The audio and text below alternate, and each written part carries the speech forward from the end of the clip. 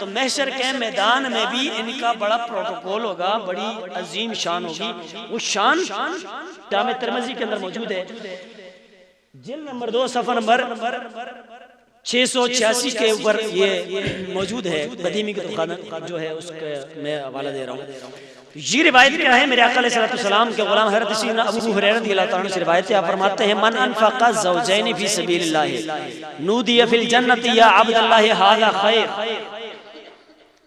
حضرت ابو ہریرہ رضی اللہ تعالیٰ عنہ فرماتے ہیں کہ جو شخص زوجین یعنی جوڑا اللہ تعالیٰ کی راہ میں خرچ کرے، فی سبیل اللہ جو اپنا مال دے اللہ کی راہ میں، جوڑا تو نودی فی الجنۃ یا عبد اللہ ھذا خیر، تو جنت سے اسے ندا دی جائے گی کہ اے اللہ کے بندے یہ خیر ہے، یہ بلائی ہے. یہ کیا ہے؟ بلائی ہے. تو اس بندے کو کہاں سے ندا آئے گی؟ جنت سے. کدھر سے ندا آئے گی؟ جنت سے. اونچی آواز سے کہتے ہیں سبحان اللہ. جنت بھی بولے گی اس بندے کے بارے میں جس نے اللہ کی راہ میں زوجین دیے ہوں گے.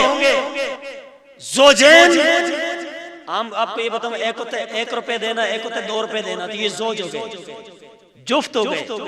تو زوجین کا یہ مطلب. تو اسی طرح دو جو بھی چیز شریعت کے لیے دی جائے گی، اسلام کے لیے اللہ کی راہ میں دی جائے گی، جوڑا، تو اس بندے کو جنت سے ندا آئے گی. کہاں سے ندا آئے گی؟ جنت سے ندا آئے گی. اور جنت کہے گی کہ ھذا خیر، ادھر آ جا، یہ بہتر ہے تیرے لیے. یہ تیرے لیے کیا ہے؟ بہتر. پھر میرے آقا علیہ الصلوۃ والسلام نے ارشاد فرمایا فمن کان من اہل الصلاۃ دعی من باب الصلاۃ. فرمایا کہ جو نمازیوں میں سے ہوگا اس بندے کو نماز والے دروازے سے بلایا جائے گا. جڑی جڑی نمازی بول دے اونچی آواز نال. جس نے صبح دی نمازی پڑھی ہے وہ بھی اونچی آواز میں بول دے.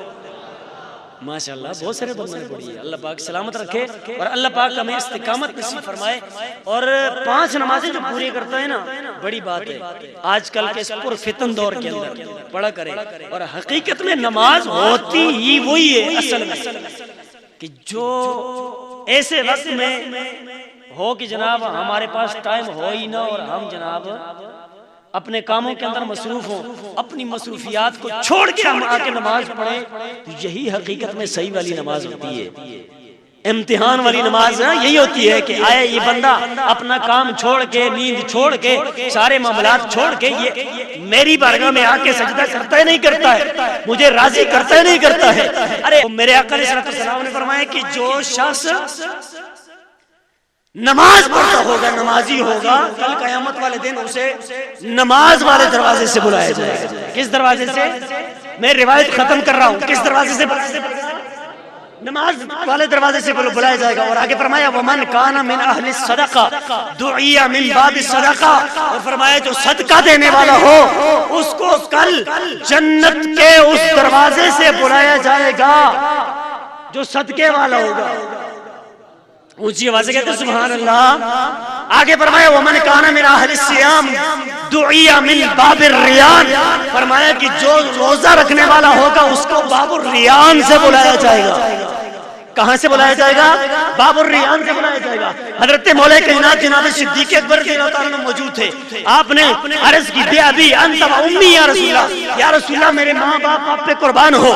جو نماز پڑھے گا نماز والے دروازے سے بلایا جائے گا، جو روزہ رکھے گا روزے والے دروازے سے بلایا جائے گا، جو صدقہ کرے گا صدقے والے دروازے سے بلایا جائے گا. یا رسول اللہ ہر ایک دروازے سے جانے کی تو خیر ضرورت نہیں ہوتی، اس لیے جو ایک دروازے سے چلا گیا اس کو دوسرے کی ضرورت نہیں. لیکن یا رسول اللہ ایک ایسے ہے آپ کی بارگاہ کے اندر کوئی ایسا بھی ہوگا کہ جس کو ہر دروازے سے بلایا جائے.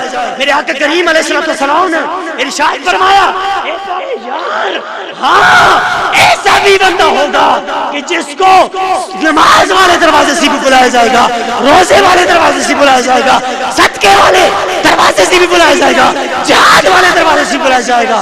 میرے آقا علیہ السلام نے جب یہ فرمایا، جناب صدیق اکبر رضی اللہ تعالیٰ نے عرض کیا رسول اللہ وہ کون ہوگا؟ میرے آقا علیہ السلام نے فرمایا وَأَرْجُو أَن تَكُونَ مِنْهُمْ۔ میرے آقا علیہ السلام نے فرمایا کہ اے ابو بکر صدیق تو نے پوچھا ہے نا کہ ان سارے دروازوں سے کسی ایک کو بلایا جائے گا کہ نہیں؟ تو اے ابو بکر صدیق میں رب کائنات پہ امید کرتا ہوں کہ سب دروازوں سے اگر کسی کو بلایا جائے گا تو وہ کسی اور کو نہیں تجھے بلایا جائے گا۔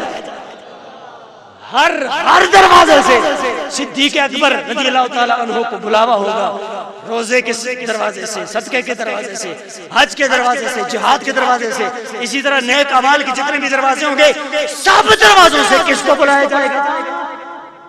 اونچی آواز سے بولے کس کو بلایا جائے گا؟ تو پتہ چلا جناب صدیق اکبر رضی اللہ تعالیٰ عنہ کا پروٹوکول صرف دنیا کے اندر ہی نہیں ہے بلکہ رب کائنات قیامت والے دن بھی آپ کی شان کو ظاہر فرمائے گا۔ اور میرے آقا علیہ السلام نے فرمایا کہ یہ صدیق اکبر اور عمر فاروق وہ ہیں جو میرے دنیا کے اندر وزیر ہیں۔ کیا ہے؟ وزیر ہیں۔